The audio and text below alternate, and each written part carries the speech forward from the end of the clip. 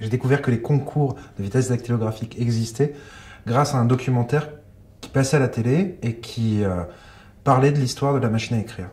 Et j'ai vu une séquence qui durait 20 secondes environ. Et c'est à partir de là qu'en fait, j'ai désiré filmer des concours de vitesse dactylographique. Parce qu'en fait, j'adore le sport et je me disais que... En fait, tous les sports ont été filmés dans les films, quasiment. Le foot, la boxe, énormément la boxe, ou le tennis. Et je me suis dit, je vais essayer de filmer ce sport que personne connaît. Et ce qui m'intéresse dans ce sport, c'est qu'il a disparu. Et j'aime beaucoup, en fait, le thème de la disparition et de voir comment quelque chose a disparu.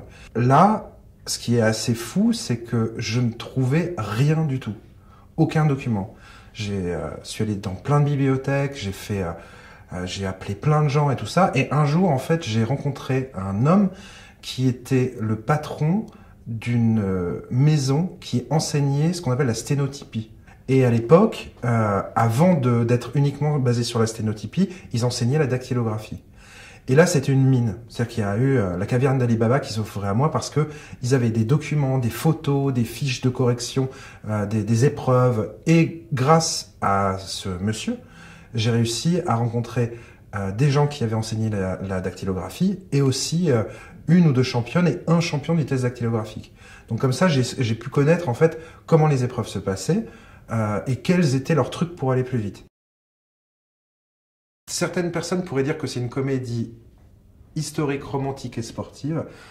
Je ne mettrai pas historique dedans. C'est effectivement dans l'histoire, mais il y a énormément de choses d'inventées. Par contre, ce qui est sûr, c'est que c'est une comédie romantique et sportive, parce que et presque d'action aussi, parce que finalement, le sport, à filmer, c'est presque comme filmer des scènes d'action. Et j'aimerais en fait que les gens ne se mettent pas de barrière, en tout cas de genre, pour ne pas aller voir le film, bien au contraire.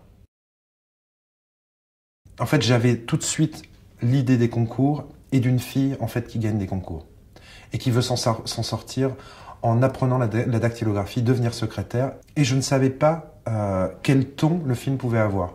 Finalement, la vitesse dactylographique, c'est pas très sérieux, vaut mieux en faire une comédie. Mais je voyais des choses un petit peu plus sombres, un peu plus d'ironie. Donc je me suis dit comment mêler tout ça. J'ai été en fait poussé pour l'écrire par un de mes amis qui s'appelle Daniel Presley. Je me suis dit pourquoi pas écrire avec lui.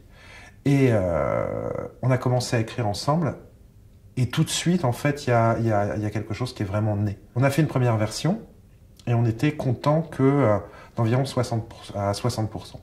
Parce qu'on avait le ton, on avait la construction, mais on trouvait que le personnage de Louis et surtout le personnage de Rose n'était pas assez inoubliable. Il manquait quelque chose. Ce que je n'ai pas dit, c'est que le traitement du film a remporté un prix du CNC d'une aide à l'écriture. Et j'ai un parrain d'écriture, j'avais un parrain d'écriture qui s'appelle Alain Lérac, et j'ai lu quelques scénarios de Alain, parce qu'il est lui-même scénariste, dont 2 qu'il avait écrits avec un jeune homme qui s'appelle Romain Compin. Alain m'en a beaucoup parlé et j'ai décidé de rencontrer Romain parce que je sais pas, je sentais qu'il y avait quelque chose qui pouvait être très bien pour ce qui nous manquait. Et à partir de là, en fait, on l'a laissé 1 mois avec le scénario. Le scénario est revenu et là, j'étais content à 90%. Et je me suis dit, waouh, on a gagné 30% en 1 mois grâce à lui. Et là, en fait, on est parti à écrire à 3. On s'était donné 1 mois et demi, 2 mois pour finir le script. On a mis 15 jours. Pour en fait essayer de trouver Rose, on s'était mis un peu un défi lors de la préparation du film. On avait affiché des photos de Brigitte Bardot jeune, de Audrey Hepburn, Marilyn Monroe, de Romy Schneider. Et on s'est dit, il faut qu'on puisse mettre la photo de l'actrice qui va interpréter Rose à côté de ces filles-là. Avec Nicolas Ronchi, le directeur de casting, on a vu environ 150 filles qui venaient de cours de théâtre, qui étaient serveuses au restaurant du coin, qui étaient juste attrapées dans la rue, qui étaient de Strasbourg, qui étaient de Lyon, qui étaient de Bordeaux, qui étaient de Paris. Déborah arrive, je la vois, je lui serre la main et je me dis, oh là là, je tremble, il y a quelque chose. Elle incarne tellement ses personnages qu'elle rougit. Vraiment, elle a changé de couleur sur une réplique en fait que Nicolas jouait quand il interprétait le rôle de Louis. Et je trouvais son essai véritablement incroyable. Et je me suis dit, allez, il faut aller jusqu'au bout du tout. Et on est allé jusqu'au bout. Et jamais l'idée de prendre une autre comédienne que Déborah m'est venue. Et pourtant, j'ai fait abstraction d'elle. Je l'ai mise complètement de côté. J'ai vu aucun de ses films, j'y ai pas pensé. Et quand on arrivait au bout du bout, et qu'on a revu les essais, je me suis dit, mais c'est elle, c'est sûr. La première seconde du tournage, quand elle a joué Rose Pamphile, elle était Rose Pamphile. Et elle l'était pour tout le monde. Pour tout le monde. Non seulement elle s'investit dans son rôle, mais elle s'investit pour le film, elle pense toujours au film, et elle dit, en comptant Romain dedans, qu'on fait un bébé à trois. Le personnage de Louis, en fait, on sait, pour l'écrire, on n'a pensé à personne.